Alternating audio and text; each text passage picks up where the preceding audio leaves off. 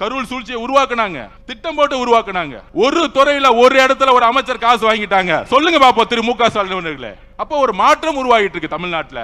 இந்த மாற்றத்தை மக்கள் சந்தோஷமா மகிழ்ச்சியா அனுபவிச்சுட்டு இருக்காங்க. எந்த டிபார்ட்மெண்ட் போனாலும் ஊழல் இல்லையே. ஆன்லைன்ல பட்டா கிடைக்குது, டிடிசிபி போனா அப்ரூவ்ட் கிடைக்குது, ரிஜிஸ்ட்ரேஷன் டிபார்ட்மெண்ட் போனா காசே இல்லாம இன்னைக்கு இல்ல நிலம் வந்து பதிவு பண்றாங்க. நெடுஞ்சாலை துறையில ஊழல் தூக்கி எறிஞ்சிருக்கும், பொதுப்பணித்துறையில் ஊழல் தூக்கி எறிஞ்சிருக்கும், போக்குவரத்து துறையில ஊழல் கிடையாது.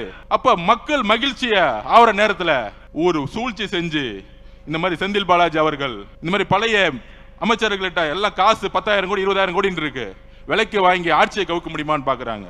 அப்ப இந்த ஆட்சியை கவுக்குறதுக்கு காசை இறக்க பாக்குறாங்க. எங்களுடைய தலைவரை நானும் சரி ஆனந்தும் சரி அமைச்சர்களும் சரி ஒரு துரும்ப கை வச்சீங்கன்னா மொட்டை தமிழ்நாடு எந்திரிக்கும். எழுதி வச்சுக்கோங்க. இன்னொரு தேர்தல் வந்துச்சுன்னா திமுக 234 தொகுதியும் டெபாசிட் பண்ண நாங்க தேர்தலை பார்த்தலாம் பயப்படல. ஆட்சியை ஸ்டெபிலிட்டி பண்றதுக்கும் ஸ்ட்ரென்தன் கொடுக்கிறதுக்கும் எல்லா இடத்திலும் எங்களுடைய பொலிட்டிக்கல் ஸ்ட்ராட்டஜி இருக்கும். இதுதான் எங்களுடைய பொலிட்டிக்கல் ஸ்ட்ராட்டஜி. திமுகவும் அதிமுகவும் பிஜேபியும் சேர்ந்து டிக்ளேர் பண்றதுக்கு முன்னாடி அதிமுகவுடைய ஒட்டுமொத்த நிர்வாகிகளும் ஒட்டுமொத்தமாக இணைவார்கள். இதுதான் பொலிட்டிக்கல் ஸ்ட்ராட்டஜி. எல்லோரும் இயற்கையா இணைய போறாங்க. அப்ப கரூருங்கிறது எங்களுடைய 41 குடும்பத்துக்கான எங்க தலைவர் கரூர் வரும் பொழுது எங்க தலைவருக்கு என்ன பண்ணணும்னு தெரியும் எங்களோட உறவுகளுக்கு. இது வரைக்கும் அண்ணன் விஜயபாஸ்கர் கரூர் விஜயபாஸ்கர் கேட்டுக்கிறேன், அண்ணன் இந்த கரூர் மக்களை பணத்தாலையும் ரவுடிசத்தாலும் புடிச்சு வச்சிருக்காங்க. எங்களுடைய மாவட்ட செயலர் இங்க மதி இருக்கிறார். இந்த சூழ்ச்சி வளையத்துல செந்தில் பாலாஜி வேணுக்குனே எஃப்ஐஆர் போட்டு ஜெயில தள்ளினார். எங்களுடைய மதிய மிகப்பெரிய தியாகம். தமிழக வெற்றி கழகம் ஈஸியாலாம் ஜெயிக்கல.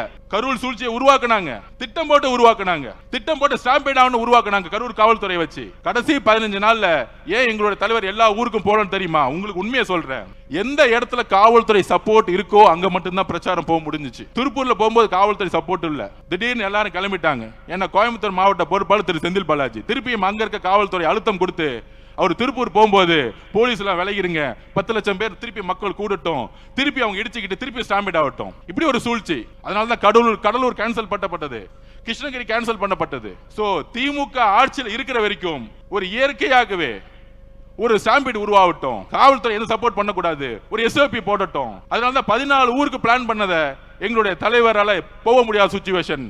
நிறைய டிஸ்ட்ரிக்ட்ல காவல்துறை சப்போர்ட் கிடையாது. இந்த உண்மையெல்லாம் மக்களுக்கு தெரியுமா?